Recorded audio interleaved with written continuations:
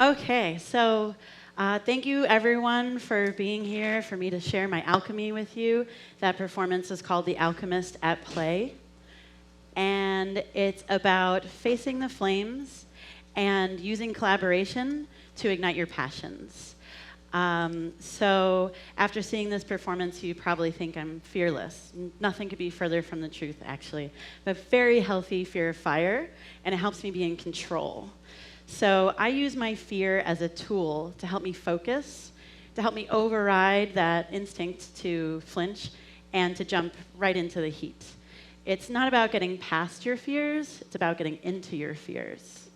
I teach these fear-facing techniques when I teach fire eating, and I believe that they can help you overcome any obstacle in life. So today, I'm going to teach you all to eat fire with me. Are you guys ready? All right. Yeah, some of you, maybe not, but too bad. So you all have fuel torches under your seats. Yep, that's just dunked in white gas. Just we placed them during lunch. Actually, really? Okay. My insurance wouldn't cover it. So, sorry, guys. Please don't touch the torches under your chair, please. And observe the no smoking signs. Thanks. All right, so I'll have to spitball here. Practically, let's look at the fear-facing techniques and see how you can apply them to more practical obstacles in your life. Step one is to really identify the true hazard. So parse out your insecurities and your irrational fears and just get to the root of the true hazard. Step two is to mitigate the risk and research and prepare yourself for the best and especially the worst possible outcome. And then step three is use that adrenaline rush you get from the fear, take a deep breath, and ride that wave of endorphins to act. So I teach these when I teach fire eating at the Floasis. And the Floasis is an educational center for fire arts, and it's a safe space right here in Bushwick for fire performers. When I say it's a safe space, I mean that in every sense. We're OSHA compliant, our flammables are all clearly marked, there's always someone standing by with a doobie, but more importantly, for community building, it's a safe space for people to be themselves. People get to try something new. They may fail in front of each other, but what I found is that by facing your fears and being vulnerable with others, it forges incredible bonds. And because of this, the Floasis is a space where people have life-changing breakthroughs on a regular basis. 6 months ago, we were operating underground, and so were most of my performances. I had a real fear of the authorities. I was worried about the police who walked past our door every day. I had a fear of even fire trucks driving behind me on my way to illegal fire gigs, as if they knew. And I was afraid of losing our space and orphaning our community and everything that we had built. So turns out the fire department also had a fear of a reckless fire performer possibly causing a catastrophe in a venue. So they were working on their own licensing system to help certify and regulate fire performers. So they reached out to a legendary fire performer, Flambeau, who reached out to me to help create the program.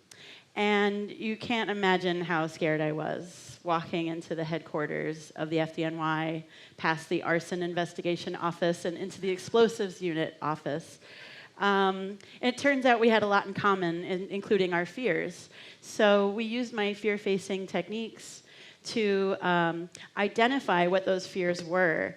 And then we used a lot of research, and we compiled study materials for fire performers to learn how to mitigate those risks.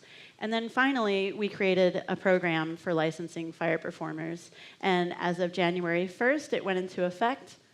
And we have over 30 fire performers already licensed. All of these smiling faces, yeah, let's have a round of applause for these people. So proud of everyone who's gone through it. Everyone has gotten over an 85% on their test. And so these smiling faces are people who now can perform legally. And that's the reward for me facing my fears. So what is the reward for the obstacle that's holding me back? and how can it better your community? So the next step was to work with Flambeau and come to a few venues in Bushwick and bring in the fire department and get them prepared for ongoing licensed fire performances. So right here at the House of Yes, we've set up a great fueling room, perfect ventilation, and along the way, I learned a lot, and I was able to prepare the Floasis to become legal.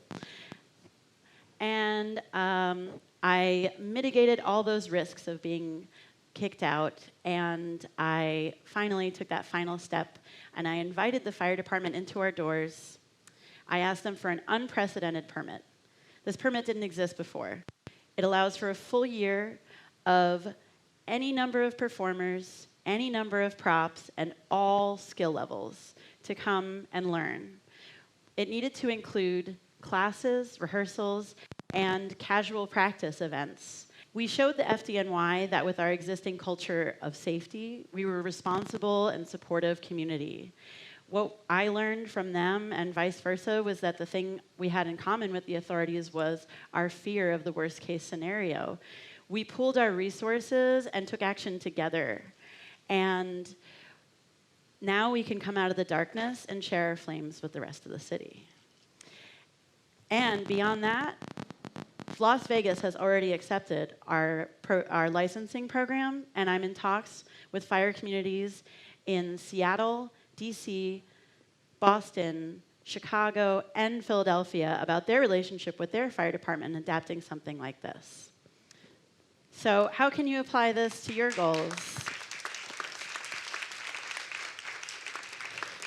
Maybe you're not making a fire school, but if you have an obstacle in your way, you can identify the risks that are holding you back, mitigate them, and take action. Use your fear and burn it down. Thank you.